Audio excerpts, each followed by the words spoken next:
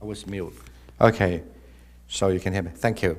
Yeah. So see whether you have any comment or any questions before when iPad is done his practice. Yes, please. Yeah. So you can. Yeah.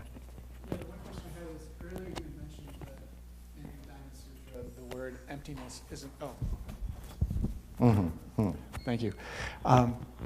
Earlier you had mentioned that the word emptiness doesn't appear in the Diamond Sutra.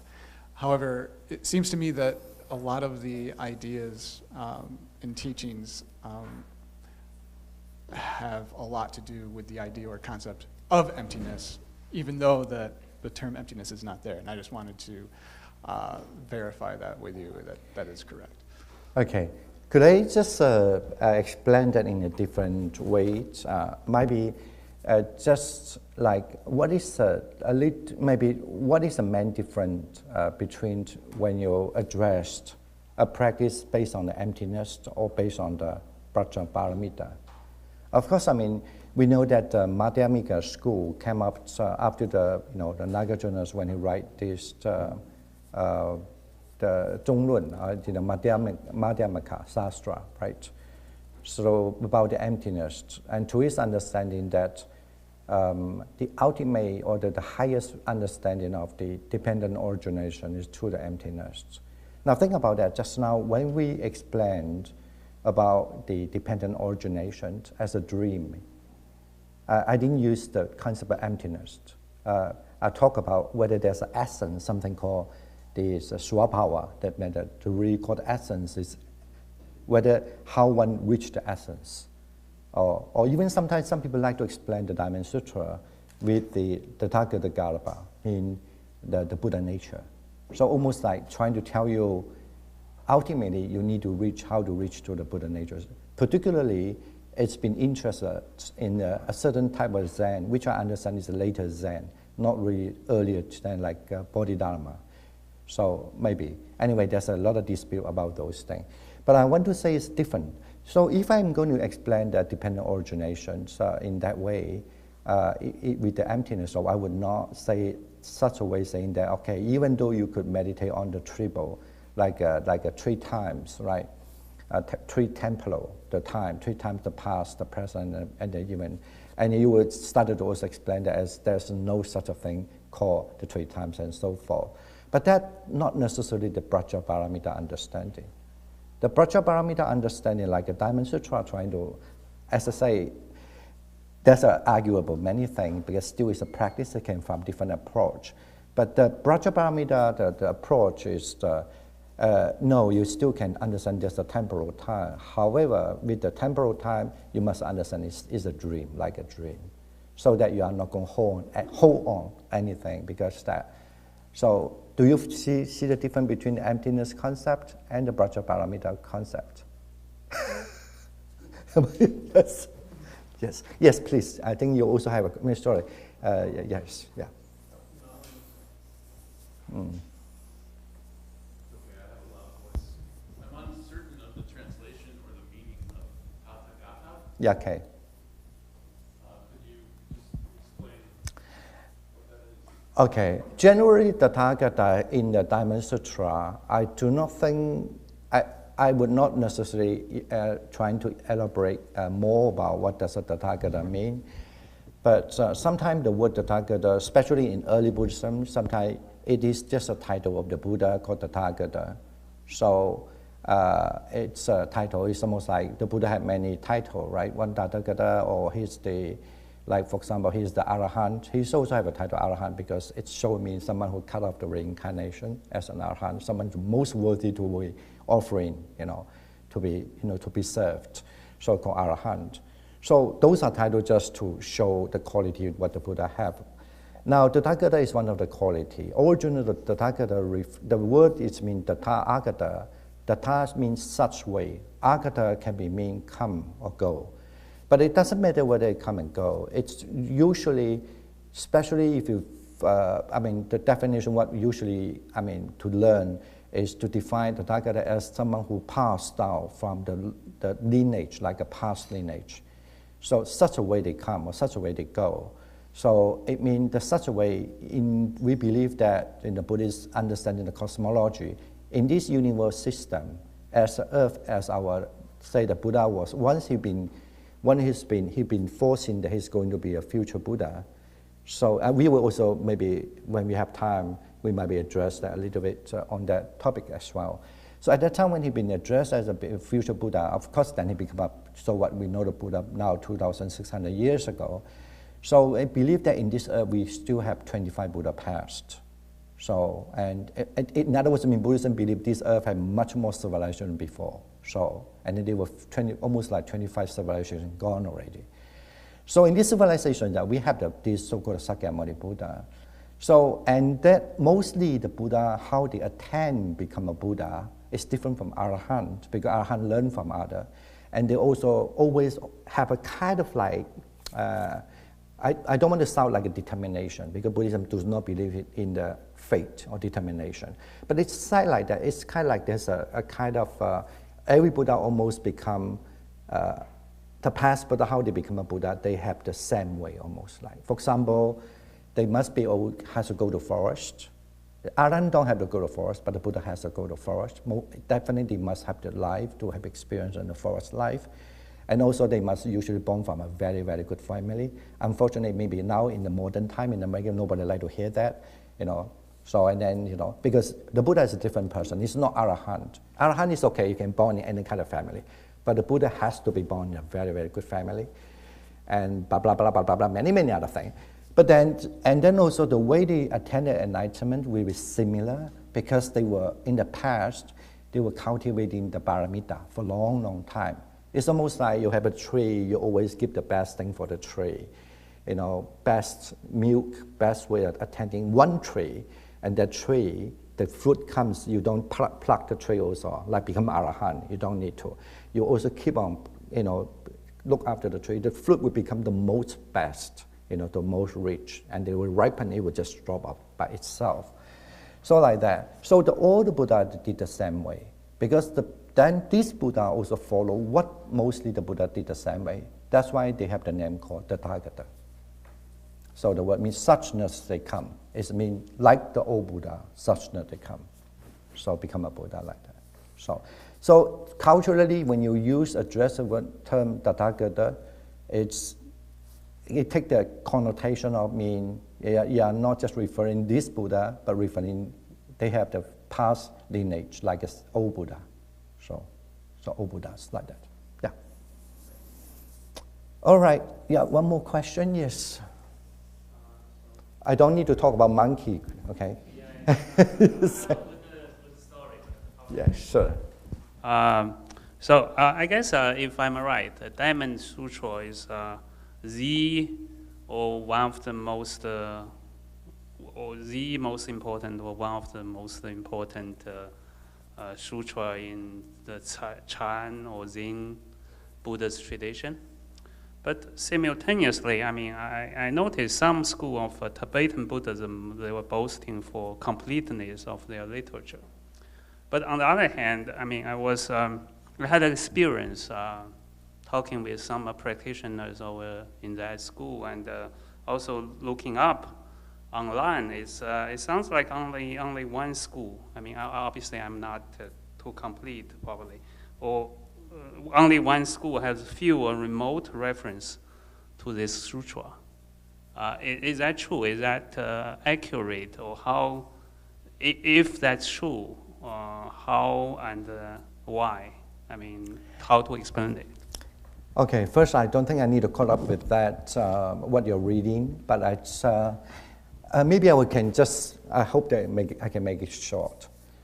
Firstly, the Diamond Sutra, I mean, it is something to do with the Chinese culture. So when the sutra been translated into Chinese, and always because we have so many sutra, I know. Like, you know, if you study a Bible, it's just a Bible, but the Buddhist sutra is almost like 50 or 60 of the Bible. Imagine, so how people can study and they don't know how to begin.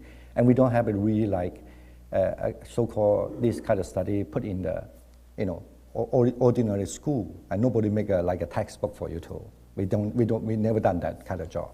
Now I want to say that when they translate, and then especially the 士大夫 in Chinese culture, I mean those so-called educated people, and once they learned Buddhism, they love Diamond Sutra, because Diamond Sutra, it's very profound. It's not like you read this other sutra, like about the Avalokitesvara. You just ask the help from Avalokitesvara, I mean the Guan Yin, and then they will help you. It's nothing like that. It's so complete about, so profound. And people love to talk about that. And not to say that because Kumarajiva as the one, most of the Chinese people who read the text are, mostly read what is translation. So that's one thing. It's almost like if we want to pick up one of the texts which is really challenging and also sound very teasing and also challenging, Diamond Sutra would be the one. Now, normally in culturally, people love to recite the text. It's a cultural thing. Not necessarily because Chinese people like to recite the thing. That's how the Chinese will study. And then if they ask you what kind of text you recite, it's like, I'm reciting the Diamond Sutra. Wow, that means you must be very smart. If you say, I'm reciting this Bumenpin, okay, fine, not too much, But Diamond Sutra is smart. Like my father did the same thing. He asked me, what is the most popular text that when you recite, it gives you wisdom? I say Diamond Sutra. I don't think he understands what it is, but he recites that all the time. He thinks he's better than any other person. So now this is just a cultural thing. However, we must understand when the Zen Buddhism comes. Now, the earlier time actually is believed that how the Zen come to China. The first the Zen come to China was the Bodhidharma. Whether it's a myth or not, it's all right, but at least that's definitely is a highly recorded. When Bodhidharma first transmitted the so-called Zen Buddhism, so-called Zen for people, he was not based on the Diamond Sutra. He was based on the Lanka Avadara Sutra. Okay, please go back and read that Lanka Avadara Sutra. Generally mean that sutra was, the Buddha was giving the talk in Sri Lanka. So it's a very, very difficult text also, very, very, very difficult text. And then until the sixth patriarch, so, it's said that the sixth patriarch is illiterate.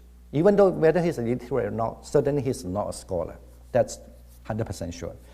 So, and he was just working in the kitchen. Somehow, and then he was later on be found, he's a talented guy, he have an enlightenment mind. So, I want to put the story short. And the fifth patriarch asked him, have you ever heard any sutra? He said, no, but I only heard about Diamond Sutra. So, and then he's a kind of illiterate, or you could say he's not very educated. And since then, whenever he wants to explain his way of the Zen Buddhism to people, and the Diamond Sutra becomes so important because he was kind of been affirmed by the teacher that you have a good kind of like enlightened mind through the by quoting the Buddhist text of the Diamond Sutra. Now, so that's why the Chinese culture somehow, because if you talk about meditation, then usually people think that's like a Zen Buddhism. And when we think about Zen Buddhism, especially in the modern time, it's always because they highly influence the sixth patriarch. We know that story, the sixth patriarch, when it came down to Guangdong. So actually the north of China still retained the system, not this system, not what now understand as Zen system. It's a different Zen system, which is based on the Buddhist text called Lanka Avadara, as I say. But then later on, when China have a lot of war and blah, blah, blah, and all gone, but still this Zen come out. That's why the Diamond Sutra become very important. So, now, I hope I answered that question. However, in a different culture, like a Tibetan or what, so it is, because it's about philosophy as well. Because even though in the Tibetan culture, so you are supposed to be, if you are study very well, and then you need to study like 6 years, especially if you follow Gelug school, depending on what school you belong to, Tibetan Buddhism. And then you also have to study that school for the Prajaparamita, I mean this wisdom literature. And that, I explained that just now to you already, to that person already, that the literature in the Prajaparamita, even though they are very similar to emptiness, but actually it's not emptiness also. There's still a slight difference. So, but then I'm sure most of the Tibetan later on are highly only talk about the emptiness. So, well, I'm saying that the Diamond Sutra, to be exact, it's one of the sutra. It's very important in Mahayana, especially in Chinese Buddhism, because of those reasons. But it's not necessarily in Tibet. So, And then even if in Tibet, if they become really important, it's just because of, then it's so important in China, in old days, so they have to read through it. But still, there was no such my understanding generally, unless you were born as a Chinese and then you become a monk as a Tibetan monk, then maybe you might have disfavor. Something about this kind of culture is very hard to explain. I hope I answer your question more or less. Yeah. It's too long. Okay, now just, I'm sorry. Yes, it's okay? Thank you. Yeah, so, yeah. Okay. So let's just back to our text now. I want to make it, people said I speak too fast with my English, so if I speak too fast, raise your hand. Just wait, then I know I was spoken, too fast. Does that appear there?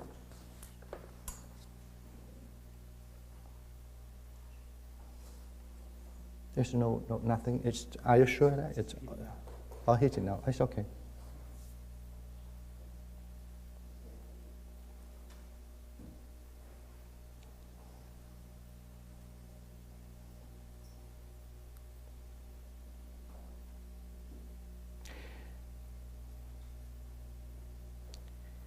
Okay, maybe a little review. In the beginning of the sutta, basically mean it's clear. I want to say is that the Buddha also did talk about even Buddha himself, even though after enlightenment he's still doing meditation. So, but also there's another thing to argue that what kind of meditation was doing. Actually, if you collect all the sources, he's doing all kind of meditation, even sometimes even just simply the dhyana.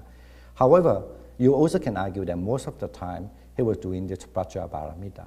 So you could argue that, especially if the emphasis of Prajaparamita practice, mean the wisdom part practice, right? And then the second thing is also review what we were saying, that the Buddha actually, according to the Diamond Sutra, based on that, to almost understand what is important to become a Bodhisattva and Mahasattva, is that the Diamond Sutra clearly mentioned that you should continue how you can plant the seed. Kind of, that's why the continuity of the Buddha seed that is still keep on planting. So that's what the text I put it here is the quotation that you could find from there. So because he does entrust the Bodhisattva must do so, right? And then the other thing is about this practice also that then you and every much even in the very same sutra also mentioned that we need to have this aspiration. So that means that that have aspiration is that everyone that while you're doing meditation, like the loving kindness meditation, like fourth Brahma Vihara meditation, you're still a little different from the early Buddhist meditation teaching, but based on the same basis. However, you have to understand, you still must have such great mind, the Bodhisattva mind, to want everybody to attain the final liberation. So not just because you develop loving kindness or compassion. No, that is to them much more than that. After when you develop this loving kindness, and with the samadhi, still you must have the mind that you want them to become liberated. So that's the why called initiating the practice. Then you could find those quotations from the Diamond Sutra. And the third thing is about that's the aspiration.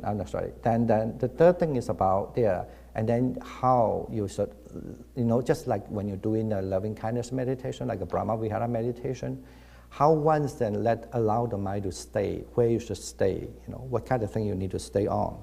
So this is what the next subject. So, and I did mention everything. This I will skip it first. So I did mention that there are 18 grounds on that. So and then this 18 grounds still based on that the 18 grounds still based on because then you have built up the ground of the faith. So, okay, I should stop that off. So, okay. So now I will go one by one now. So there are 18 of them. So I just now before ending the class for today, after you having a good lunch, before you having a good lunch, so I did make the whole summary. So now let's go on it. The first thing on this kind of stage, so that how you should let your mind to stay, the first thing is that you need to generate the bodhicitta. So here, So here the general bodhisattva, so actually the original term will be like, the blessed one spoke that here, Subhuti, a mind should be generated, citta utpati tattvam, by one who has set forth on the bodhisattva path. So as many beings, Subhuti, as they are in the realm of being, whether the same thing. But now the emphasis here is that the mind should be generated. Citta utpati should be generated. This is one of the important things to talk about, that we need to generate that mind. It's not like, I will want to wait. You don't have to wait. You just need to generate, make it almost like real to you, right? So, and those are the different translations, as I also mentioned in Chinese, because especially Kumarajiva translation, 相夫其心 might be, especially for the modern Chinese, it could be very misleading, you know. But in old Chinese, it doesn't mean that, not necessarily. But then, you know, unfortunately, people are hardly study classical Chinese. So maybe they have sometimes misleading. So anyway, so that's one thing. And the second one is a practice in accordance with the perfection. Now look at the text say, moreover, Subhuti, a bodhisattva should not give a generosity with abiding in an object, nor should they give a generosity while abiding in any place. A generosity should not be given while abiding in form, nor while abiding in sound, smell, taste, touch, or dharma. Wow, right? So best not to give them, right? This is my interpretation. Of course, don't believe it. I'm wrong, okay? So the third one is that thus, Subhuti, a bodhisattva mahasattva should give a generosity without abiding even in sights, okay? There's a Sanskrit term here, na nimitta samjanya, okay, samjanya. Why is that? Because, Subhuti, if a bodhisattva gives a generosity without abiding, then, Subhuti, the accumulation of merits of that bodhisattva is not easy to measure. In others, mean cannot be measured. It's such a vast thing that you cannot measure it. So big. So it's very clear. This is now we come to where you should allow your mind to abide when you're doing the generosity. Okay, that how your mind stay. So, and this is giving you that while you're abiding in an object, here actually the word called vastu. So, nor should they give a generosity while abiding in any place. No, you don't. But you're still doing a generosity, but you don't want to stay anywhere. But that not stay anywhere, it means stay, okay? So that's what it's the main topic. Now I will explain a little bit. First, not only this, actually, when we say about this perfection, why interesting thing is another thing. Why the text begin to talk about generosity? Is that because they want money on it? So, no. Now, that's important is that generally we understand when we say generosity, that including the generosity of, they mean generosity, okay? Mean you're generous. You could spend your time for people. You could give them money that you maybe want to stingy, but you help yourself to cut off your finger. You do the donation. You know, all this is a generosity. That's also one. Another generosity usually we call that as fearless generosity. You're generous because you're fearless. Now, I'll give a simple example, like, you know, say that even a mother and a child, they go to a very dark place, and the child was so scared. And actually the mother was so scared. So, but then the mother do not want to show the child they are scared, otherwise the child become more scared, right? Out of the compassion, out of this generosity. This is called generosity in Buddhism. So, and then he will show he's not scared. He will tell the child, don't scare, my mom is here, don't scare, I'm okay. You know, no, mom not scared, so the mom scared so much already, you know. But that is a generosity. So that's the second time. I will explain a little further. That's why I would further mean you know why in Diamond Sutra I have to explain it to begin with. Third one is generosity mean the Dharma. The generosity mean with the teachings. With the teachings, so you become you're generous to share the Dharma. Now those are begin in any tradition actually, even in Theravada. If you look at the Theravada in the Visuddhimagga, the part of purification text, in the chapter of the, for example, the chapter of the Brahma Vihara practice, the practice of four abode meditation technique. At the end of that section also mentioned. So when you practice a Brahma Vihara, you actually also practice Paramita. So, and then when they explain the Paramita, they also start with the generosity. because the generosity is by essence mean generous, mean nice, good thing, generous. So that's why, so that is you need to perfect. Like then some are included what we call the generosity of without fear. What does it include? The sila paramita and then the kanti paramita, shanti in Sanskrit. So they are also included in that. You see, not in the Pali talk about 10 paramita, but in this culture, or this mostly the Sanskrit culture was different early Buddhist school too, they talk about only 6 paramita. So the paramita of the generosity is just being the first thing you need to practice, because generous is always nothing wrong, it's always good, but it can be fearless.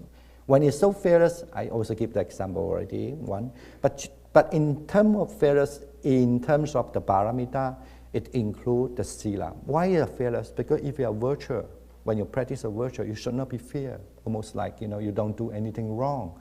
So whatever the people are going to, basically like let's say people are going to check you whether you did something wrong. There's no fear. So that's why it's called that you are practicing by the generosity. Also, you practice a fair generosity. In other words, mean that also directly connected to mean you have the paramita of the virtue. Okay, and then by that also usually when we have a problem, we have this problem. A lot of problem is come off with lack of the patience. So and that's why we get fear. Usually the patient help you to cope over the fear. Am I right? Do you know that? Is that correct? So let's say that you fear something. If you have a patient there for a long time, the fear will this is we're talking about like people are really great meditator. So and then the fear is supposed to go away. Like some people they sit there, and then it is a traditional way. Like when we do meditation, we always have that. Sometimes you meditate quite okay, and suddenly you thought, oh, I'm sitting too long. I don't know what happened later. And then you start to get fear and fear and fear, right?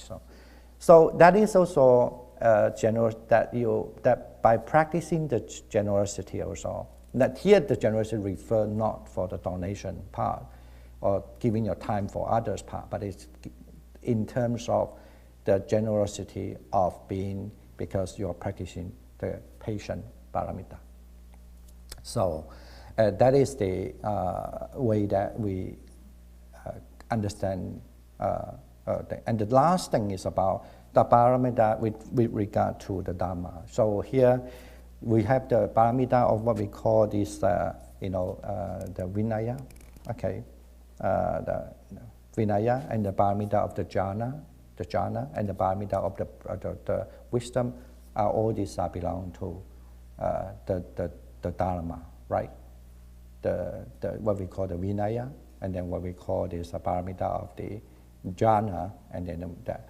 So that's why here the Buddha in the Diamond Sutra, he doesn't need to explain all the paramita. Just say the dana paramita, that will be enough, okay?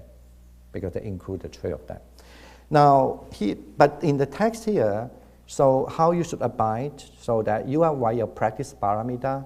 So that's how when you do all these paramita. So that's in Chinese. But when you do all these paramita, either when you're doing a donation, so you are still not attached to anything. Now, I'll give you one example. It sounds very simple to explain, but I don't mean that it's easy to practice. Just like swimming, it's easy to explain. Jump in the water and just flip your hands or flip your leg, and then you're fine, right? And then you can swim, So easy. Is it difficult? No, it's so easy to throw the basketball on look at the basket, and then you just have the ball on your hand and just throw it there. It will be fine. But I'm sure you know how long for the people to practice and so good. Oh, no, that's the thing. Now back to the thing. To explain is easier. It's just simply how do you do that while you abide your mind like a bodhisattva? So, but how are you doing the paramita of the dana? So, as I say, it's not like early Buddhism say just simply cultivate the Brahma Vihara, help you to have a paramita. But this is about the wisdom, the Braja paramita. So like, let's say if I'm giving something to other, I'm not attached to this who the person I'm giving. Like usually when you do a donate, I just say that something easier, say that you want to donate the money to me, right? So you don't want to think this is Dhammadipa because he was giving some talk, it's not too bad. So I want to just offer some money. Maybe later if you want to offer me money, did the same way. See whether you can do your paramita also. With the paramita, with the wisdom way of doing the paramita. So that here they say, then the merit will be much more better than you don't do it that way. Okay? That you don't see Dhammadipa as a Dhammadipa because you don't attach the concept of the person. I mean, that's the person as a Dhammadipa. And also, you donate is the money. You do not think that, okay, the thing that I'm giving Dhammadipa is the money. So let's say you give me the credit card. Anyway, I don't use the for me the credit card, sorry. So say that there's a cash money, and the cash money, okay, make sure the cash money is still valid. Some cash money is not used anymore. So don't joke. This time in Taiwan, I was funny. Somebody don't know who was so funny. I was thinking, who is the person? I hope that I have a power to see, and my memory is so powerful. He gave me the money, and then somehow because my nephew was there, he studied in the university in Taiwan. So I said, okay, now I have some money. You can use this money and spend. I'm leaving. I'm coming back to the United States in Taiwan. And then later he told me that, uncle, the money you gave it to me actually is fake money. I say, really? I say, who is going to give me fake money? Taipei, at the Taiwanese money, 1,000. It's not just 1,000. If it's 1,000, I can understand. He might not know it. The 6,000 Taiwanese money, all fake money, and with a good number, And so anyway, so I have to practice the Prajaparamita. Maybe he's doing that kind of practice. So generally, I'm sure the people must know because it's 6 pieces, not one. Then why he want to just give me the fake money? I feel so embarrassed to give my poor nephew. He needs the money. He doesn't have money to study. Give me the fake. Anyway, back to this subject. It's mean that when you do the donation here, the paramita generosity mean. According to the Prajaparamita way, it means you don't see, you understand this money as just not the thing that you think, oh, this is a very valuable thing. But also, of course, you are not get angry. This is not a valuable thing. This is angry. No. You just must understand. The money is just the concept on it, right? So the way you could make it to give it. But you still know the valuable, not that you don't, but you have a way to look at that money, not with attachment. So. And then the third thing is about yourself. Who is the person giving the money? I give the money. Say that people give it to you. Is you. Let's say the person called Daniel. Then the Daniel give the money. The Daniel should not think, I, Daniel, giving the money to Dhammadipa. So, and that I, because there's no self. There's no such a thing called I. Because this moment when I give, the last moment when I thought about me, it was gone. Now this moment I'm giving, the way I'm giving, the moment that Dhammadipa got the money, I was gone because that was not me, kind of like. It sounds very, as I say, to explain that is very easy, okay, to practice very hard.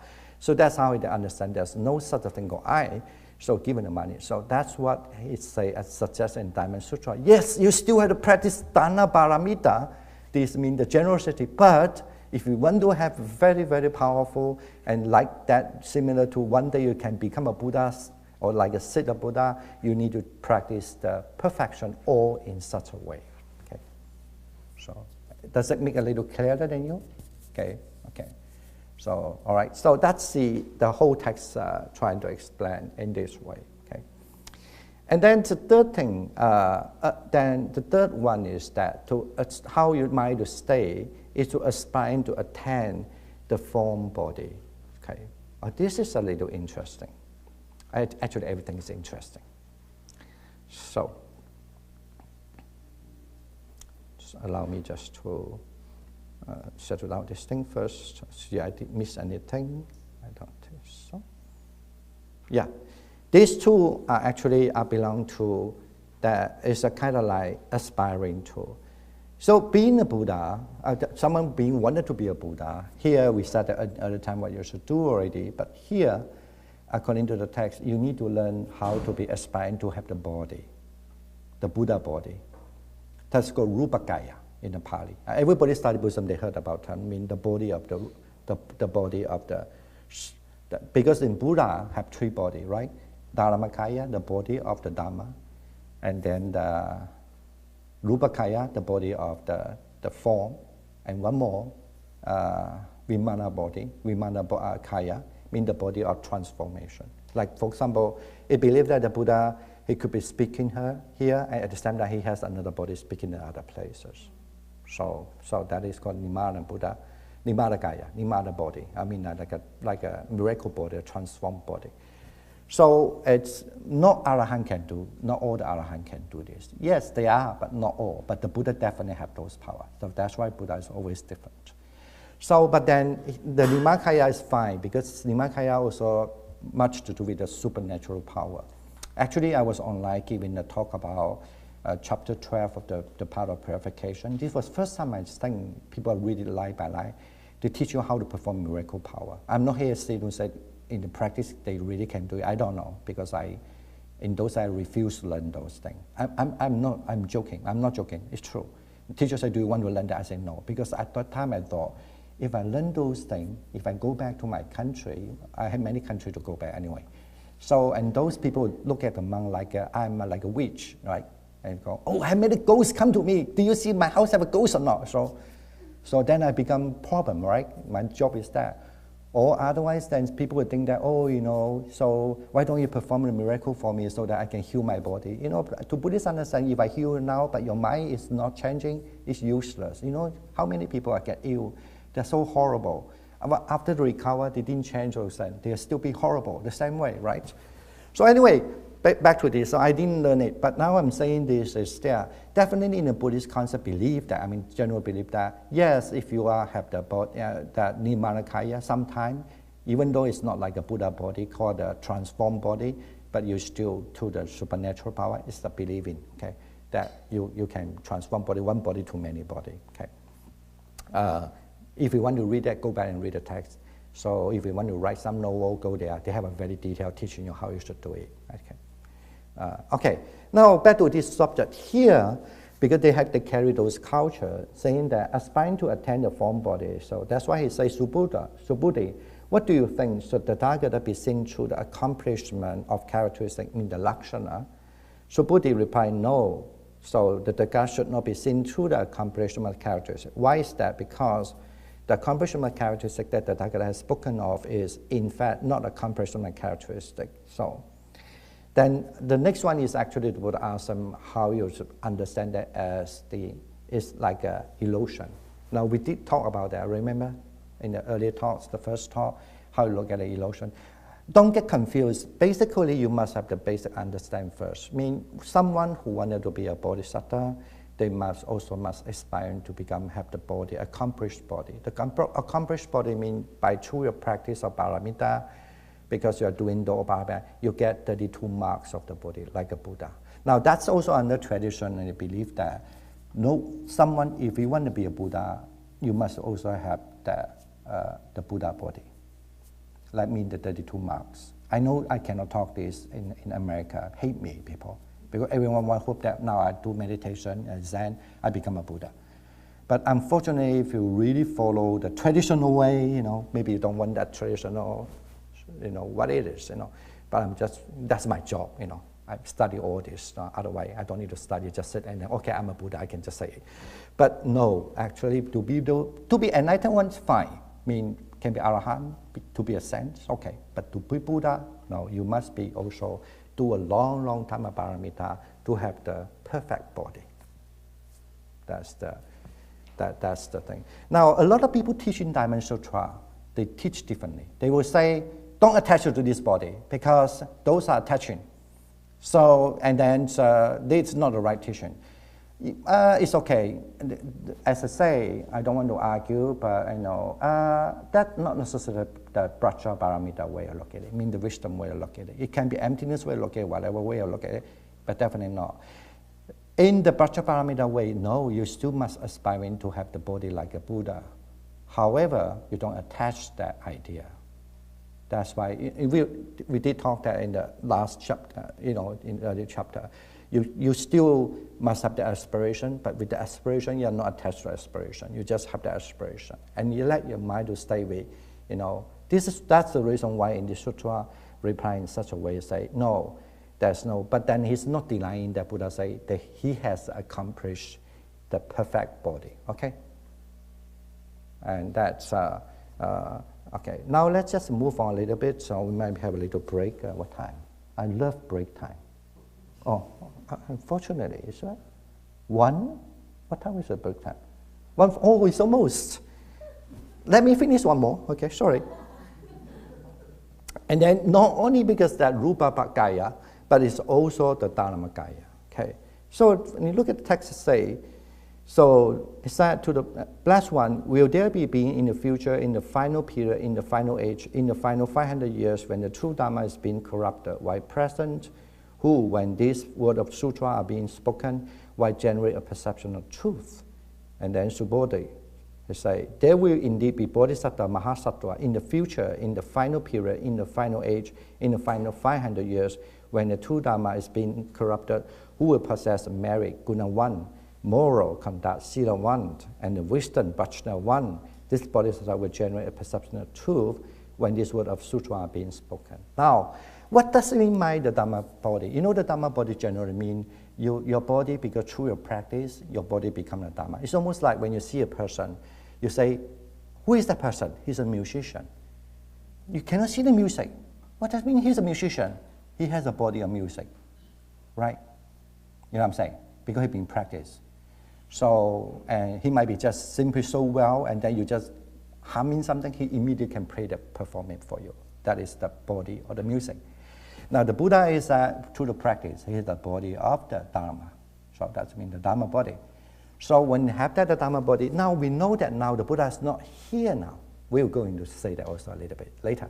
But he is saying that anyone who actually are still aspiring from this literature of the Prajaparamita, like the Diamond Sutra, so they keep on that, then they are still aspiring to have the Dharma body. So this is, he must, someone who are really want to follow the Buddha path in a Mahasattva or Bodhisattva Mahasattva, but has so aspiration, have the Rupa body by practicing a lot of, I will just show the Chinese first. I mark that as mean that the Sanskrit is not there with the Shenzhuan, and that's my translation. So it's, I can talk about many things even with one sentence, but I want to, finish this thing first. So generally, yes, so then the Rupa body and then the Dhamma body. Dhamma body here simply just, if you don't want to like, I want to learn so much thing called Dhamma, no, just have the Prajaparamita, the wisdom for you, and you aspire. So then the Dhamma body, and then later we're using this sentence again to speak about the practicing, is that's why the Dhamma body is forever stays. Because traditionally, it was saying that now this period of time, after the Buddha, during the first 500 years of Buddha time, is the time that many Arahants generally. But in Mahayana later on, they don't just define as an Arahant. In early Buddhism, define Arahant. Then after the 500 years, after the Buddha passed away, 1,000 years, then you have the time, there's still a lot of true Dhamma, but the true Dhamma are become less, but still many, many Arahants. So, but then after the Buddha double it, like 2,000 years, after 2,000 years of it, and the Dhamma are going to decline. So very few Arahant, but still you have a teaching to learn.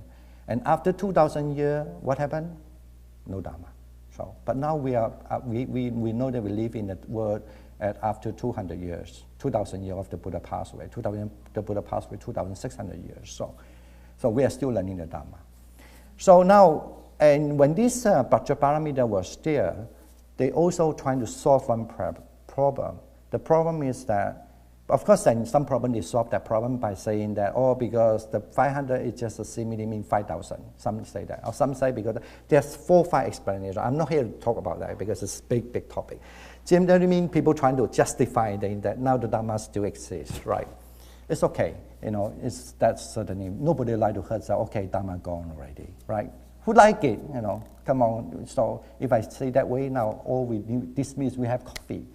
We just have the coffee Dhamma, right? So no, nobody like it. But then actually the literature itself, the Diamond Sutra say that way. No, when the people as far as still keep on the teaching in their mind, so this Diamond Sutra teaching in the mind, the Dhamma still exists.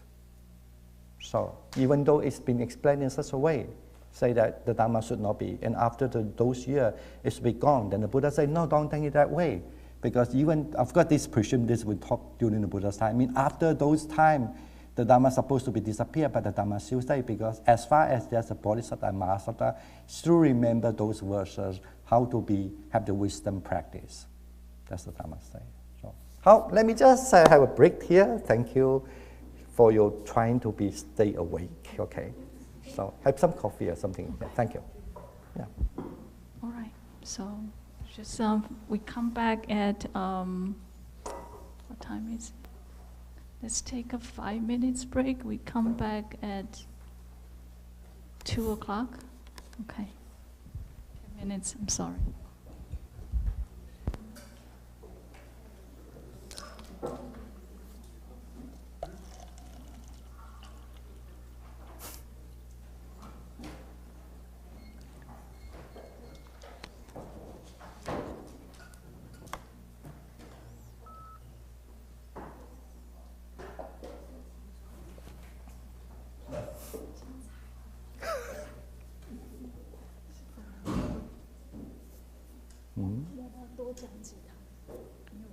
下次吧，对，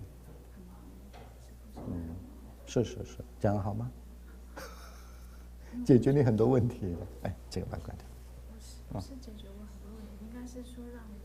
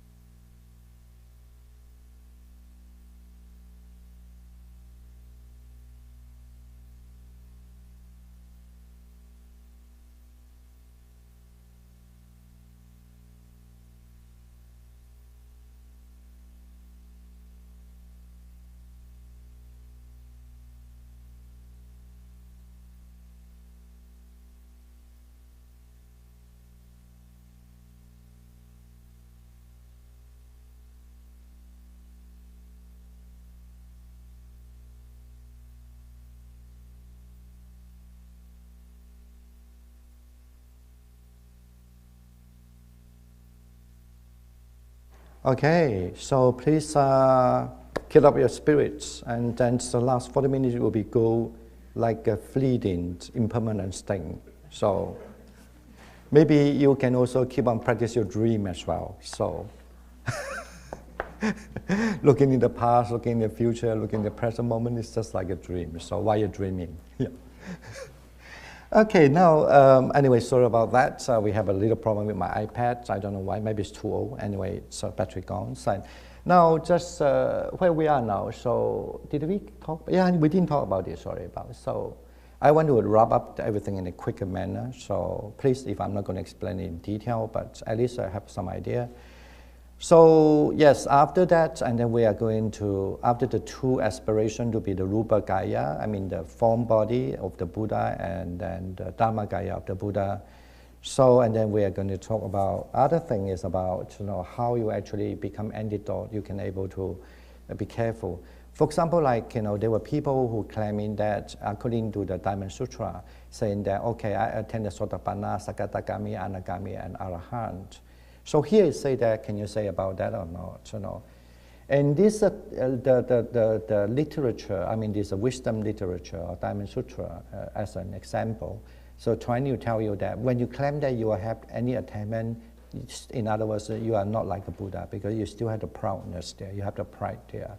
So that's why you cannot say you don't have attainment, you cannot say also you have attainment. That's the whole thing.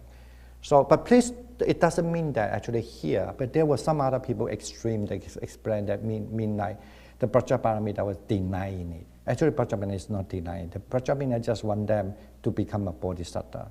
So that even you attain it, you don't say you attain it. But it doesn't mean that you're not attaining it. So that's the main thing.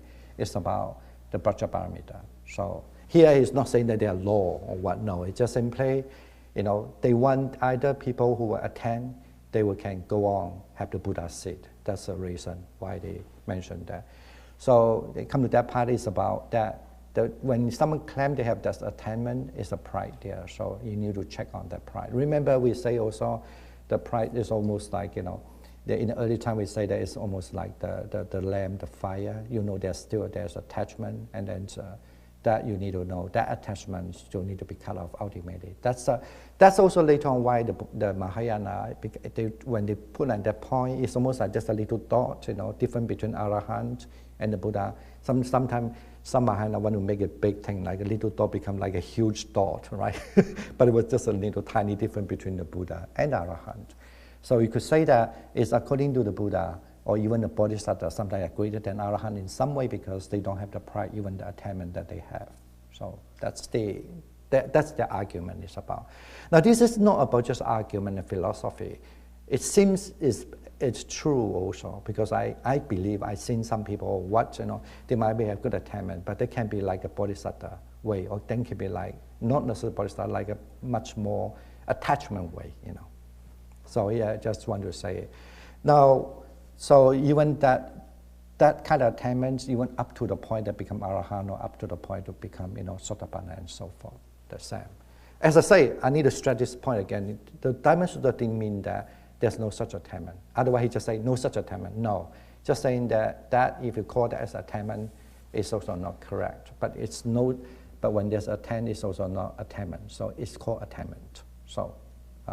And the translation is a little different, so that you can look at it. So translation looks like, the Kumarajiva translation and then the Shenzhen translation. But what I want to say, according to the Sanskrit translation, the main thing is not about able to attend, it's about you attend. When you say able to attend, it's a very different philosophy we are talking about. So were you able to attend the Sotapanna or not? But that's not necessarily in Sanskrit version, or even not necessarily the same thing what I read this Vasubandhu or even the Asanga's explanation. It looks like when they have those versions, they mention about the attainment itself, not able to attend.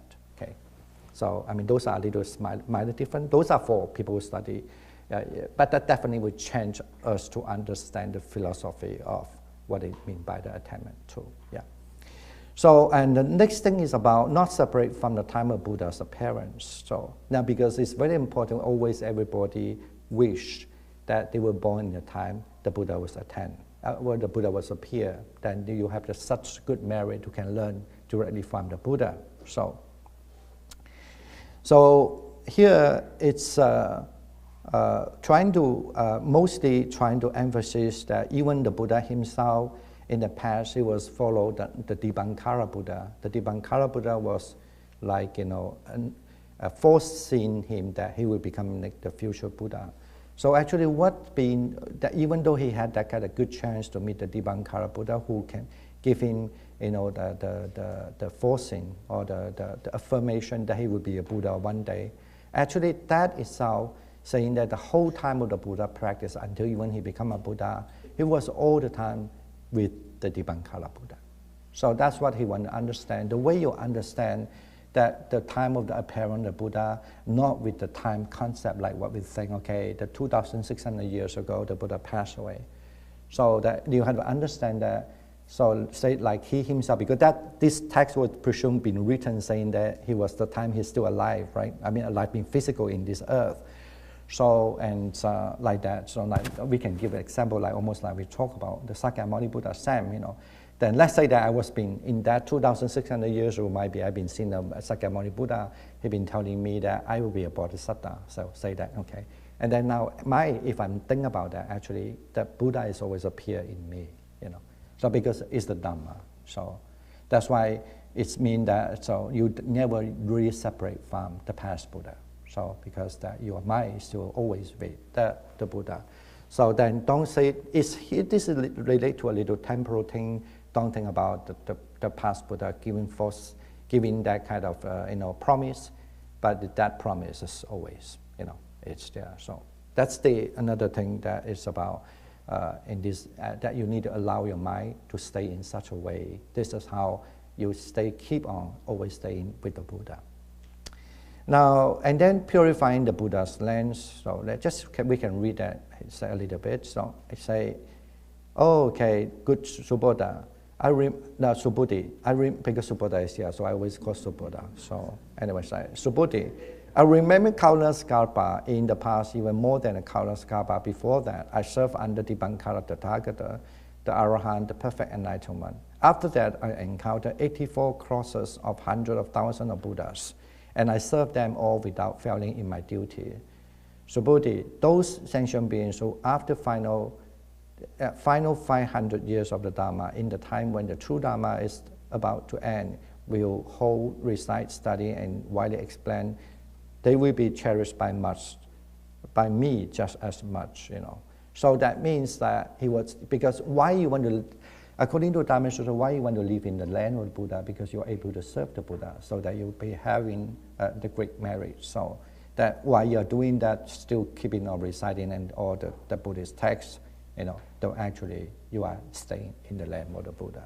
So now and purifying the Buddha's land. So that same thing. Okay, basically this is a Chinese translation. So how you really purify the land? In other words, so in this earth here, here now. So if you're still following the Prajaparamita, you are purifying the Buddha's land. So that's the thing. Now, lead to the maturing sentient beings. He say, if a nobleman has a great body, hypothetically as vast as the king of the Mount Sumeru, what do you think? Would that body be considered great? That body would indeed be vast. So, why? Because the body that the Tathagata referred to as the body is, in fact, not truly a body. It is called a body, but not due to its material form. Hence, it is named the body. Now, that generally, when you say a person is really have a Greek body, so it's yes, he said that really is. But then, even that, because this is also to do.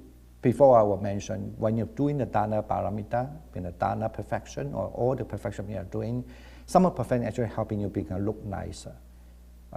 This is now, as I say, some people try to explain, or the Dhamma Sutra asks you not to attach to that. But I disagree, as I say. No, he asks you actually, you have to do the perfection. But the perfection, because believing that, let's say a certain perfection, say that you have equal mind to the people, then normally when you have equal mind people, you have long arms. So what kind of paramita you are doing, what kind of goodness it will perfect your physical body. I mean, this is a very old traditional Buddhist practice there. Right, and here say that when someone being that kind of great person, like someone look at it like, wow, like that. Now, Buddhism is very materialistic, people think, but actually sometimes Buddhism are very materialistic, you know.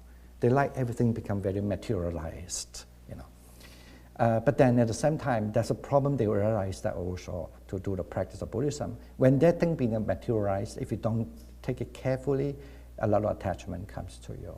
And then it would not become a perfection. No, it's not become a paramita, and it would not help you to become a bodhisattva.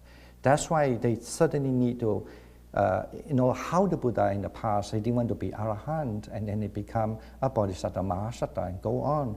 He also perfect his body. That he will be born in a very unique. You know, Buddha stand up at that time, 6'8", 6'6" or 6'5". That we have this archaeological research already. And then he's tall, handsome, you know, look very different. So, usually actually at that time, why the people, some people, especially women, I'm joking, you know, they love to become a Buddhist because they saw, wow, what this guy looks so stunning, right? For example, all right, imagine. Don't you think that's important? You all are very emptiness there.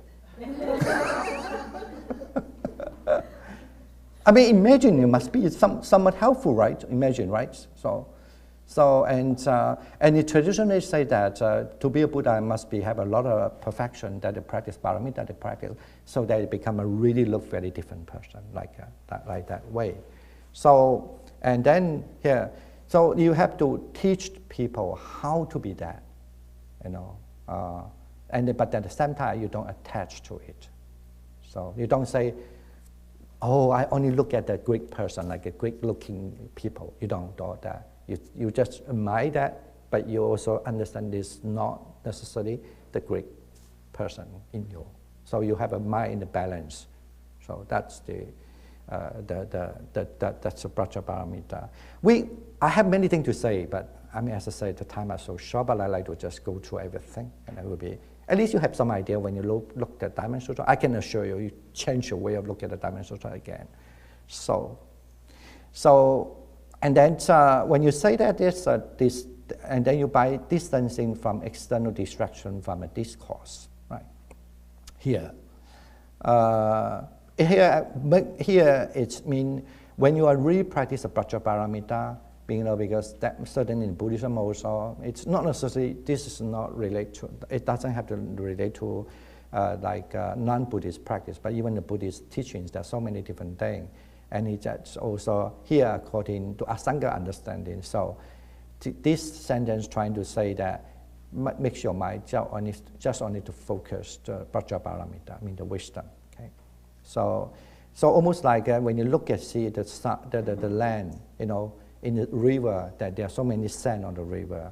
So do you think there are so many of it? Yes, there are so many of it. So, and then he says, so, but then, but you look at that, so that there are so many rivers as well. So because there are so many rivers, you can understand then there must even have much countable land, the sand in it. So that's just to say that. So if you do a good thing, you know, your merit is almost like that. So that's the more that you are doing the good thing, the practice and the teachings, the merit you gain. So like the many river you cultivate, and with the cultivation you get many different merit like a sand. So that's why the Subodhi will reply. Subodhi replied that yes, you know, and then there say now you just have to focus. If you are a good family people, either you're a man or male or female. So and then if you uphold these 4 verses and then you explain it to others, this is how you gain. So in other words, mean just focus on this point. You don't have to do something unnecessarily. So that's so that you can, you know, fulfill in your practices. And so, those are the different translations. So then you have this also. What do you think, Subodhi? Suppose there was a many Ganges river as there again. So this is the same. Okay, think that about that. But the difference is here. I mean, I don't know, but but I think the translation was wrong. Contemplating actually destroying what is correspondent to you. In other words, when you practice, you must understand, don't limit yourself in that such a thing. That's what I want to try to say. Like, you don't limit yourself. Okay, that's only this river, and there's so many rivers. But then there's so many rivers, there's so many sand, and there's another river also, even that you don't see. And then they can be the river usually something to do with the Indian culture. Like start with the Ganges River, because Ganges River for Indian culture means purification. So that there's so many kind of purification. With the purification, you have so many kind of sands. So, and there are so many different kind of purification. That's what you have to focus in the earliest statement. This statement trying to say that, so then you are kind of like, you are able to, not to limit your mind, just thinking this, only this, and that many. So they become vastness of the countless practices. Now, then this is saying, in the Diamond Sutra, saying that you are offering to the Buddha, you're reverent to the Tathagata. So, the same way, if you're just thinking you're only, how to say, doing offering respect to the Tathagata, so, but you also limit yourself. So you must understand that you're doing the reverence to the Tathagata. So that's why you say in Chinese that, do you want to see the Buddha as in the 32 marks? So if you reverence, you don't. Only when you're down to see the Buddha with the 32 marks, even before we talk about 32 marks with the body. But here, when you're really, serving a person with the 32 marks, you're limited your serving. Yeah. So that's why your offering merit you become limited. So it's almost like, if you just say that you want to do the service to, say that, I somehow think about like myself. If you do the service to me, then you think that that's the Dhammadipa. So yes, you're doing a good thing, but then at the same time you're thinking about just the Dhammadipa. Of course, I'm not Buddha. It's the limit. The merit is very little. Right? But okay, just say that there's kind of limit. But then when you think that way, the merit is still being limited already. So this is why. But then, however, you are still. That's why when you're serving to someone like a Buddha, you must understand. You don't have to think about that person like a Buddha with the 32 marks of the body. So here there's a detailed explanation. So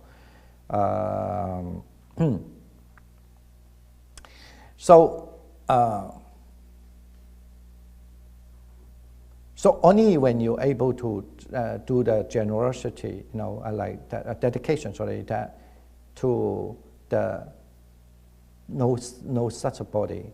So this is how you gain, the immeasurable merit. So now, other thing is, keep on the 12 we are going to done. Don't worry. So we are going almost done. So like, and other thing is that even though you're doing that, sometimes you get tired.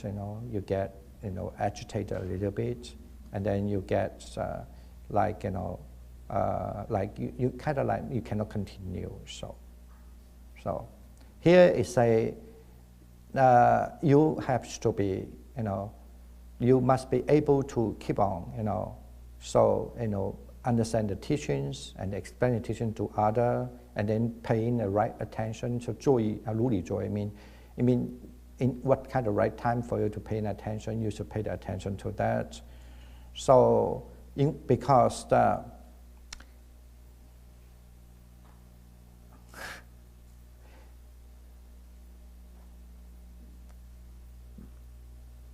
let me see, what is this argument here? Just a little thing different. So here, if a good man or a good woman at the beginning of the day were to offer as many bodies as there are grains of sand in the Ganges, and again at midnight and again at the end of the day, continue in this way for countless eons, the merit generated from this would still be less than that of someone who hears this Dhamma and does not slander it. The merit from hearing this Dhamma, accepting it, writing it down, reciting it, and sharing widely with others, immeasurable, or surpassing the merit from offering one's body countless times. Okay, so this is how you keep your, not just only thinking, oh, I want to do this, stay with the Buddha, and I'm serving the Buddha, that only, but then if you can have teaching with you, basically it means you keep on. That keep you not get tired. The third thing is about the patient. So this patient have come with a popular story, I think. Yes, so I think so. Did I put it here? Yeah. This is patient chart, blah, blah. You know, this is about, because as a bodhisattva, patient is very important as a perfection. So, but the perfection patient is always included in the non-fear, you don't fear. Now, because this story has become so important in Buddhism, in early Buddhism, this story will come with the Jataka story as well. The Buddha once in a past life, and he was, anyway, he was a very, very dedicated practitioner in a forest, and one day he just came to a garden where the garden belonged to the king, and nearby the king, and somehow, you know, the king stayed in the garden, having a fun time there with a lot of beautiful, you know, what do you call that? I forgot the English term, like the ladies or the musician and all sort of thing. And then the king felt tired and just fall asleep there.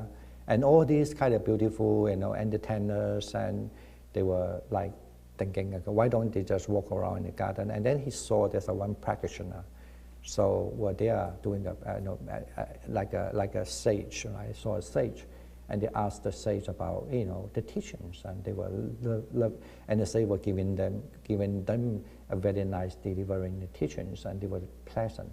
And then the king, when he woke up and he saw that nobody around, and he was so mad. You know, imagine these people when they are pride, when they wake up, you know, he's a king. Imagine, right?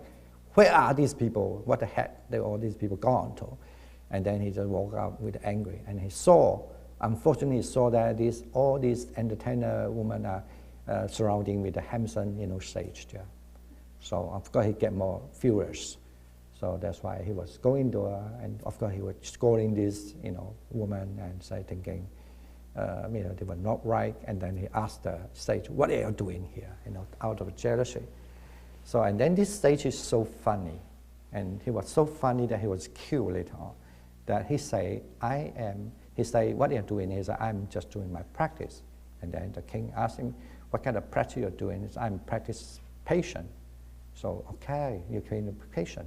So he asked his guards and come with the axe and cut his hand. So you say that you are a patient, let me cut your hands. How you can be patient? So he cut his hand. He didn't even have a sweat, you know, of the tears. So even the sweat and no fear. And he cut his other arms, cut his leg, cut his other leg, and cut his body. And at the end, he was dying. Okay. In early Buddhism, in the Jataka story, that's saying that, and of course that say that, and then the Buddha did say, okay, that sage, it was him in one of his pastime when he was a so dedicated practitioner as a bodhisattva. So, and he was dying.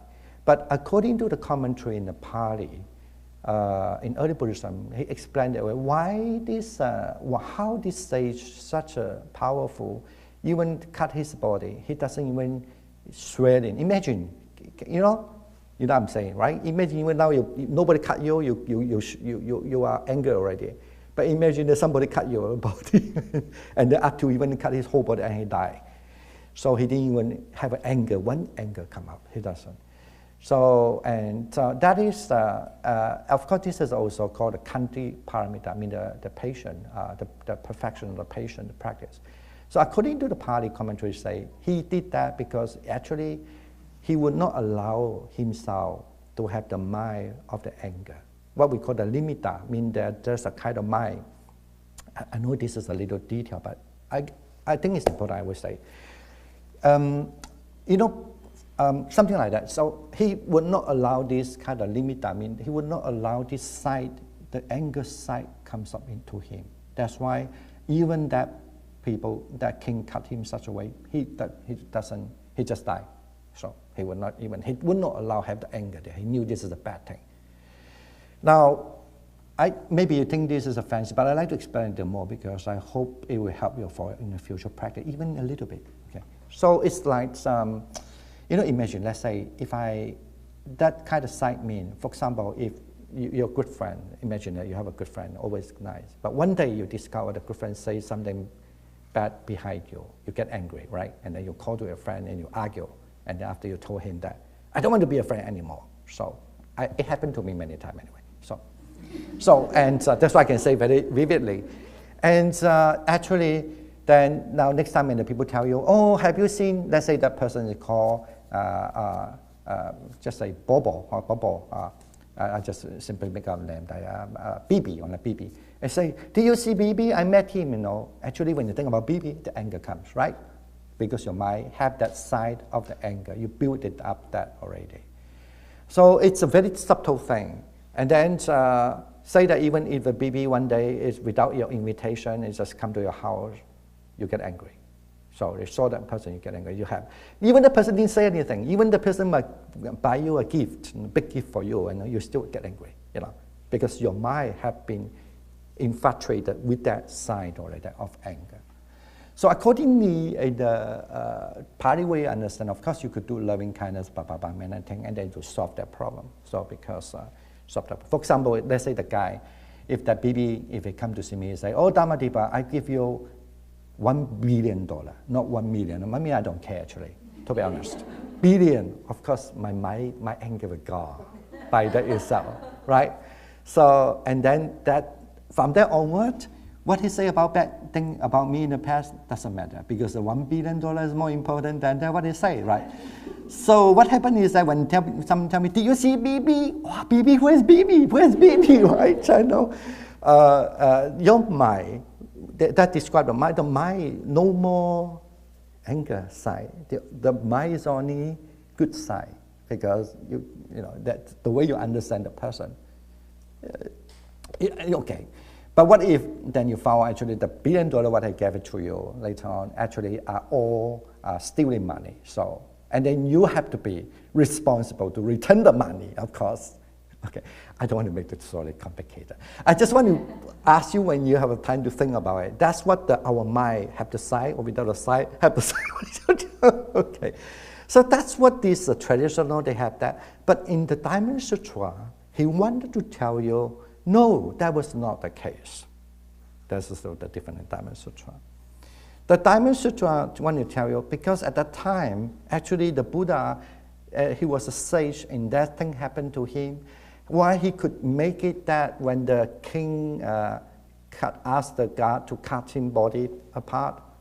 Because he looked at the people, no I, no other people, no all so-called people concepts. So he could able to have this Kanti Paramita, the patient perfection. That's what the different interpretation here. Okay? Okay. We don't need to go detail, because as I said, detail is another. If I have a chance to come to talk, maybe remind me to say this thing more detail, how it works. But I want to say is that's what the Diamond Sutra say. Yeah, even maybe there's a saying, but that's why he quote this text, like that. So it's actually it's because of my Kanti Paramita. The Kanti Paramita here, the perfection Kanti, the patient referred to, because he doesn't see any form, no I form, no the form of the called the life. That's why there's can call it Jivita, Lakshana, or Sanya, mean the perception of the life. And the perception of the person, I, and perception of so-called Bukkala, mean people, and the perception of the, so I, the life, and the individual person, like who it is, he's a doctor, he's this, he's another person, he's not another, like that, so-called individual Bukkala. And or generally mean to understand as a human, the human. He doesn't have that kind of the perception. That's why when even cut it, maybe almost like this is not a person cut me, and there's nobody, this not cut me like that. So that he able to meditate in such a way. That's why, that's what the really Kanta Paramita mean to him. That's he want to have a different interpretation with that part. Okay. It's supposed to be finished by when? 2 o'clock. It's almost done. Okay. I'm sorry. So we're almost done. So, and then avoiding attachment to the taste of the tranquility. This is about, now it's about the mind staying. However, still it's also referred to you have a very subtle mental attachment already. So that's why this is a statement saying that even though if you're practicing, you must be also understand whatever you practice that it gives you such a goodness, but then you need to also, avoid and understand it. There's still attachment there. Say that I like the kind of state, and then you know that there's a kind of state. So you need to go beyond that. But please understand, that's why he repeat again, but it doesn't mean that there's no attainment. There is attainment, but the attainment is also no attainment. Mean you have to understand the attainment itself is not that important as attainment, but it's attainment. Okay, so that's it. So yeah, and then the same thing that distancing from delight in sensual activity at the time of realization. So it's like the Buddha said to Subhuti, if I were to fully explain the amount of merit accumulated by such a good man or woman and the extent of which is scattered, many beings would become confused and their mind would become unsettled. Therefore, Subhuti, the Tathagata, has declared that such a Dharma teaching is inconceivable and immeasurable. One should indeed aspire to inconceivable results that arise from it. So how you motivate that even to have attainment? So don't be just satisfied with the attainment also.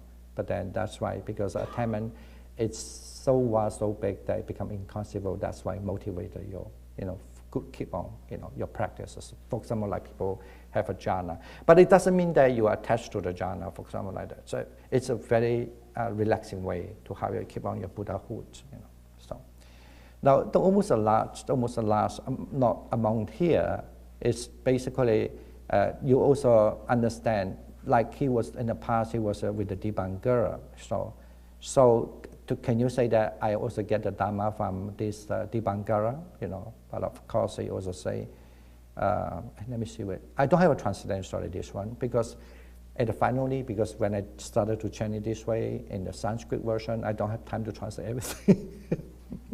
Anyway, forgive me, but I will just read to the Chinese, basically saying that, so you must understand there are no such teachings that given by the Dibangara, almost like that, but if there's such a thing called, given by the Dibangara, then the Dibangara would not foresee me that in the future you become the Buddha called Sakyamuni Buddha. So therefore, there's no such the Dhamma that by this that help you. There's no such a Dhamma that help you to get the wisdom. So that's why this is also because of that. So Dibangara can give me to foresee that one day in the future he become a Buddha. So in other words, if that's this is also something to do in earlier, also as something to do in the future. Earlier, what we mentioned. So say that if somebody like a Dibangara say that, or he give you the teachings of the wisdom, what you would do? You were so happy, right? And you become pride. This is not what they would want to say. You are so happy, and then also you think that, okay, look, I met the Dibangara. Nobody met him, I met him. So you become different problem, right? And then even he say that, oh, you become a Buddha in the future. Of course, that person will be stopped their practice already because he think I can be a Buddha future. So I can be what? That's why it's best to keep on your bodhisattva path. Even Dibangara, here he's not denying that Dibangara did give him this 4C. He did, but even he given his 4C, but he's also not given the wisdom. So that's why even he was giving me this kind of 4C, I still have the wisdom. So because he don't see that as the Dibangara giving him the wisdom. You see, okay. Does it sound okay with you? Yeah. Now, the seeking there are 18 of them. Okay, seeking the instruction from a teacher. So the same way. So if you also in an even more advanced level, this is about the level. When you're in a more advanced level. So if you think that somebody really can teach you, there's nobody can teach you. That means somebody can teach you, right? But it doesn't mean that you think that nobody can teach you because you think that nobody can, you limit yourself. No, say you don't want to attach to think that somebody can teach you. That's how you can go on that learning that nobody can teach you, and then that's how you are learning from others also. So the same thing about the attainment. So if you think that you have attainment, then you also limit yourself. Okay. So, and aspiring to attain the Buddhahood. So then if you think that, okay, once I become a Buddha, I can actually will adorn the whole place to become like a Buddha land. So if you have that, then you are not a Buddha. So even you're able to adorn the land to like a Buddha land, but you don't think that you can adorn the land as a Buddha land. Okay. So now it makes more sense now, right? So okay, that's what the last thing to do, because even that you are be a Buddha, you are Dawn. So this is why finally we finish whole the Diamond Sutra. However, I like to conclude in this. So at the end, so what does a diamond mean? So here, the diamond basically means you understand, say, it's if you have the right path or practicing the right path, or either you're practicing the wrong path. So it means that either you're in the right path, this still can cut off your problem. But if you go in the wrong path, it also can cut off a problem. Now, I know this is a little difficult. That's why in the Diamond Sutra, I have a verses about saying that even the correct Dharma, you need to abandon, let alone to say not correct Dharma. So that's why it's mean this way.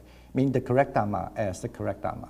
But you still have to be able to cut it like a diamond. So basically mean you don't attach to it. So that you need to abandon. So let alone to say the non-correct Dharma.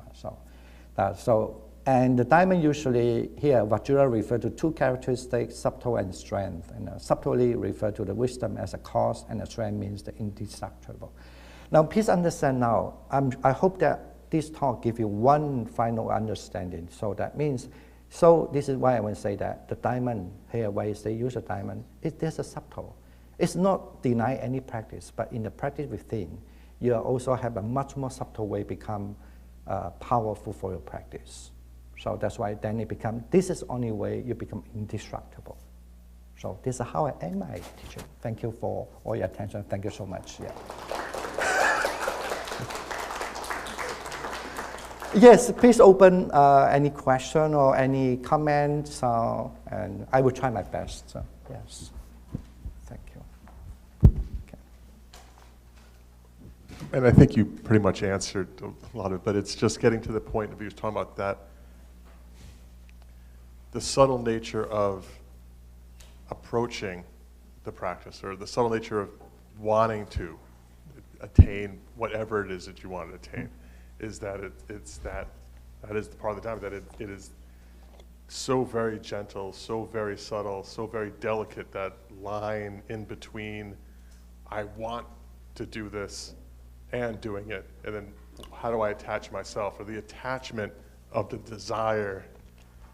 I don't know if I'm saying it right, right? Yes. But so, because we're all here because we want to practice and do the best for all of humanity, but at the same time, choosing to make the practice, choosing to do it is, it's counterproductive at the same time, but it's not counterproductive. You have to do both. So you're talking about that's we were talking about, is that fine line in between. I don't know if I'm saying it. You are, yes, you are in the right part, I guess, yeah, at least in the part of the Diamond Sutra. Okay.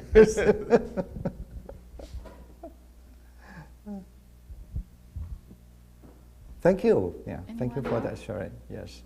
Anyone else have a comment or?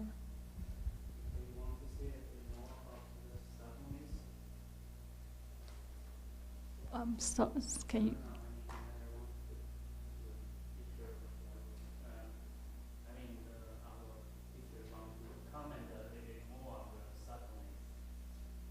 I thought I did say a little bit. I mean, the subtleness here means, so even the whole structure of the Diamond Sutra is trying to convey the understanding of the Vajraparamita, I mean the wisdom generally understand it, Vajraparamita. So, and it's not only Vajra, but it's also the Paramita, the perfection of the wisdom as well. So, and to begin, if you just simply say to begin with, when you have the good mind, when you have the Bodhisattva mind while you're walking on the path of the Bodhisattva, and then also keep on practicing your practices, and be careful of many other things, and then not allow your mind, even though, like say that there's attainment, so you don't want to claim there's attainment, but you're not saying that there's no attainment. So those are the subtleness that they want to try to say. Because that subtleness of when you're doing this way, this is helping you actually go further better. This is according to the Diamond Sutra. So, and this is how it becomes undestructible. So, because you can also explain it further, undestructible, because it's almost like forever, and then ultimately you reach the Buddhahood, the perfect one. So, yeah. So.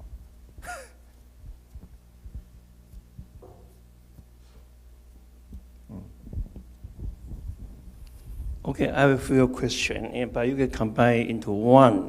The first question is, the Buddhism has historically evolved into many schools and developed various doctrine. In your opinion, which school or teaching most directly aligns with the core teaching of the Buddhism? Of the Buddhism? Yes. And I want to give it of the profound interpretation of the meaning of terminology. So my next question is that today we are facing numerous challenges such as the suffering or war or epidemics or climate changes.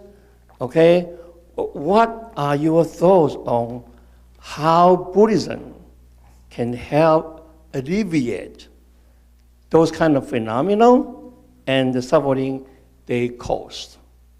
And the third question is, what do you think is the best religion in the world?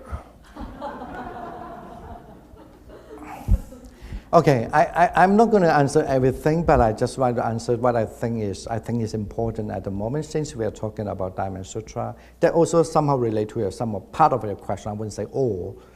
Okay, just say about the war now. So, for example, so they might be have some Buddhist teaching thinking you don't have to care about that because the world is impermanent. Wherever you go, you will be facing this problem. I mean, I'm sure you hear. There could be, some people might be explained that way, right? And they might have some people explain that, so you shouldn't go to the war too, also, because when you go to the war, you're going to kill people, right? So, and then also you can have a biased idea. You think that's wrong and this is right, and which is right, which is wrong. So, and it's also a very, very big problem, right? In the Buddhist, if you really go to the Buddhist teachings there. So the same day with the politician, like we are going to American have an election. So who going to elect who? Who is the what? Everyone definitely. People try to convince me. They think I'm important. Actually, I'm not important. So that means I'm important. I'm joking. So but I'm just saying that it's they trying to convince me. I should elect these people or that people and this and anyway. So whatever. That now I'm saying this is yes. I like this Diamond Sutra in some way. Not I like it in some way, but I still not necessarily practice Diamond Sutra all the time because I will directly claim that I don't mean that I'm not belong to Mahayana. I'm not also Stravagayana. So I can say, but I love all Buddhism. So in this way, I think the Diamond Sutra what they can offer me is to understand.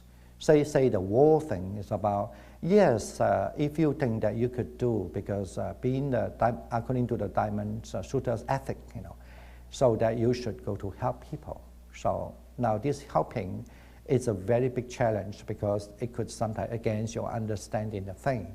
You have to be helping the people selflessly because you must be able to help them sometime, you also must understand your helping them is not helping them. So that's why it's a perfect way of helping them. Right? Because you know that when you're thinking about you're helping these people, let's say maybe just a little effort, trying to tell people stop the war. Just say that just a little thing you're doing, not much. You're not going there really, but say that you're going there, even greater, better. But if you don't go there, you're just here to say something. So that's one. Imagine if you're thinking about I'm just shouting, don't stop war, stop war. But what if the people don't listen to you? You get angry. Why you get angry? Because you still attached to that your idea, thinking that I'm asking to do a good thing. So the good thing, should be listened. So no, then that so. So no, you just understand. You are shouting and asking to stop the war, and nobody listen to you because you know what is the goodness there. Because actually, you might be sometimes see the war is no the war because the war is a revolution of the human. At the same time, it's not something good. So maybe you look at that, but every human will die one day. But at the same time, so I want to say that the whole Diamond Sutra gives us so many different options to teach you how your mind, you're still doing a good thing. You might be shouting, telling people to stop the war. This is 100% agreeable by the Buddha. War is a bad thing. But, but how you even practice understanding that because you are not asking for the result. Even I'm helping, telling the people don't have the war. Nobody listen to me, I'm still doing it. This is how I practice the seed of the Buddha. I'm just keep on. That's what I think the wonderful of the Diamond Sutra. So otherwise we always get so angry. So why nobody hear me? You know? And why this not? Because when the people get angry at that time, you are not seeing the people, not seeing yourself as no self, not seeing the others no self, and so forth. But here, not asking you, according to this Diamond Sutra, some people might study very well, might think, oh, the other school might think, okay, maybe true, I don't know, okay? That's what at least the Diamond Sutra believe, I guess, okay? That, oh, look at these people, they would not do that, because they always feel, oh, you know, I do a lot of good things, I don't see the result. So, but they forget why they don't see the result, because they don't have the Diamond Sutra kind of teaching carry with them.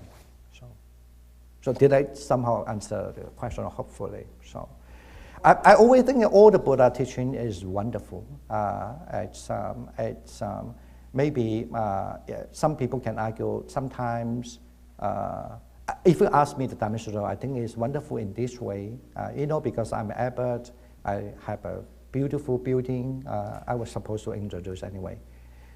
To hope you could join it. But you can go back there to USN later. Or maybe I have a battery here to join. So all this, you know, it's a wonderful place, but then, you know, it makes me worry so many things. I sometimes hate so much. I think, I wish I don't have a building. I wish, because you think about, you know, when you have a place, you need to maintain and all sort of thing, right? So, and then some of the teaching not necessarily helping me this way. Maybe I'm just doing meditation, I'm fine. But when I don't meditate, I look at the building again, I get worried again. So, and then I find that the Diamond Sutra in that way it helping me, because I think I build the construction. It also means I didn't build the construction, but actually that also means I build the construction. I have the construction. Sorry, not build. I have the construction. Do you want to introduce a little bit about your center to? It's a good time for the advertisement. Yeah, we still have some time because Shifu traveled all the way from Maryland to here. So I think it's rarely we can invite him again because he's very busy. He was invited all over different places. So it's very fortunate we got him this time. Well, it's not only that. I'm so fortunate I have the time.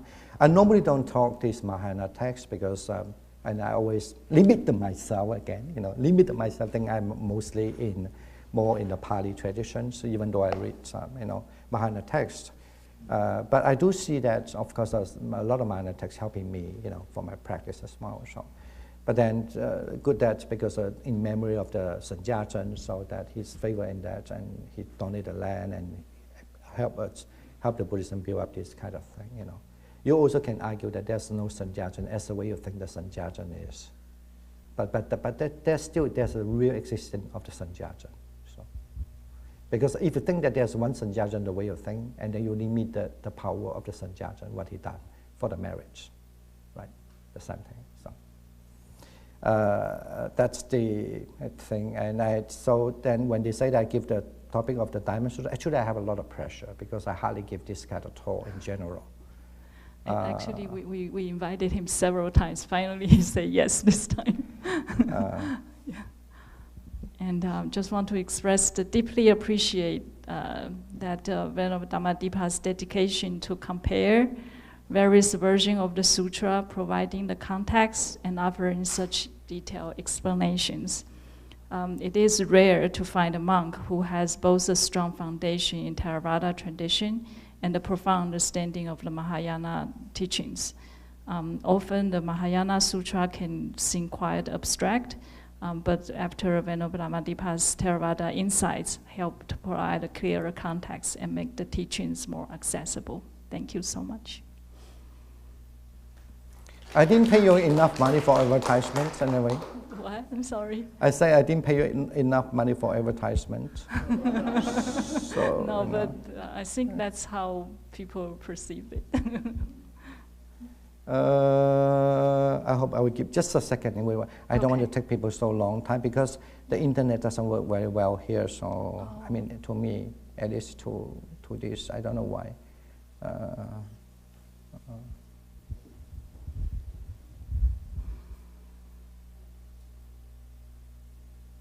Or maybe I was using this, did I? So, Okay. yeah, no, I didn't. I did cut it off. It's just a few pictures and then we're done. I just really don't want to. As I said, I didn't prepare, so I just want to show off my achievement. Yeah. It's a very nice building. It's So, very because there were some aesthetic. pictures. Yeah. So, not necessary.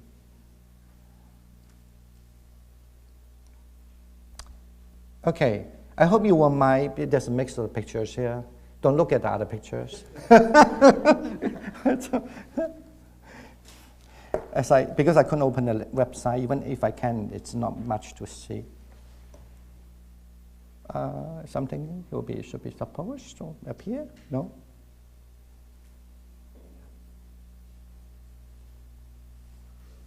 Okay, so, and then this is the pictures. What happened? Okay, these are the pictures actually when we have open ceremony. I look smart, that's why I put it here now. And this is actually is the place that we build for people who come to practices and for staying. The monks stay at the room. This is the other house. We have one house like that. And the outside is look like this. Look marvelous, not too bad. And so it's just a lodging place for people who come to practice to stay. So, and then that's how you can see the door go inside. I may have some, and this is how you see at night. I took this picture myself. We don't have a photographer. We didn't ask anything, did anything. We are very, very low maintenance, so bad maintenance. Low maintenance is a good term, but actually it's a bad maintenance. So this just I took the picture. So it looks nice also at night, So and then at night, and this is how you see also sometimes in a closer look. That's the building. And then, sorry, because as I say, I have something. But I don't have anything bad, but it just, why don't I just, where are these other pictures? Yeah. And then this is actually the meditation center inside. So yeah, that's how the inside, and then the glass. Yeah. And then you can see the other side is there's a courtyard outside. This is the first floor, but we have the ground floor. But even though in the ground floor, because it's like little hill area, when we build that, the ground floor looks like, not like the ground floor, like almost like the first floor. But this is actually the first floor. But I would say that is like a second floor. So and then other side is for walking meditation. So that's why if you do meditation, you can see in such a way. Oh, the PayPal. Okay. And then now, this is how the outside, when you go in, that's the main door. That's the place. We just had it last year, open ceremony last year. So we're building it, we were lucky in a way, not only funding, a little bit lucky. It's also at that time, for 2 years during the COVID time, because the other, we have a company who helped to build this, but then, even though they have that, sometimes these people come in or not come in.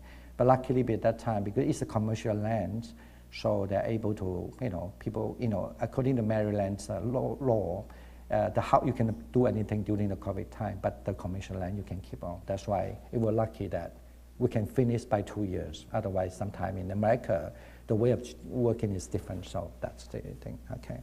Oh, this is my childhood, oh, come on. Pictures. And then, and then that you see there's a sun, right? This oh, by the way, that beside that maybe have other picture, and that's another building. That's where the monkhood live. That's where I live, And so yeah, so you can see that building is the same. There's a whole building, but there's a separate one. This is actually for activity and exhibition. For exhibition the Venerable Dhammadipa Center is called Zen Institute. .org, right? The website. Yeah, in general, outside is somehow look like that, right? Is it good? Thank you. This satisfies my ego. So that's why a lot of people, when you visit the place, they didn't know this is like a meditation center. They always thought it's something else. People are curious what it is.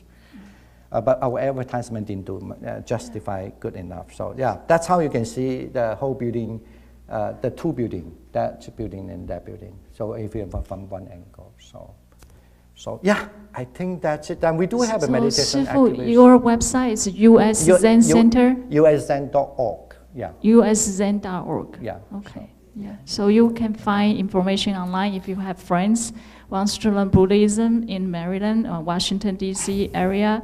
So you can introduce them to go there. Actually, I have a long vision about that. Vision means it's not my life. I know my life is short, so this is impermanence, right? So, but then is that because this center we build, one thing when we do that, we consider that if we going right to it, okay. Not on, we just have it last year, as I say, and then maybe in the long run, 50, 20, 100, you never know. We actually just only 34 miles from White House, if you look at the distance. Oh, wow, that close? Yeah. Oh, okay. At night, just 25 minutes you are in the White House. So in other words, in the future, I hope that it will change a little bit of politics. At least they have a little meditative mind to do reflection, something, to think about the others. That's it will be helpful. All right, that's just my little wish. Thank you. Yeah. Okay. Thank you for your coming and everything. Thank you. Yeah. So let's do 3 bow to the Buddha. Thank you.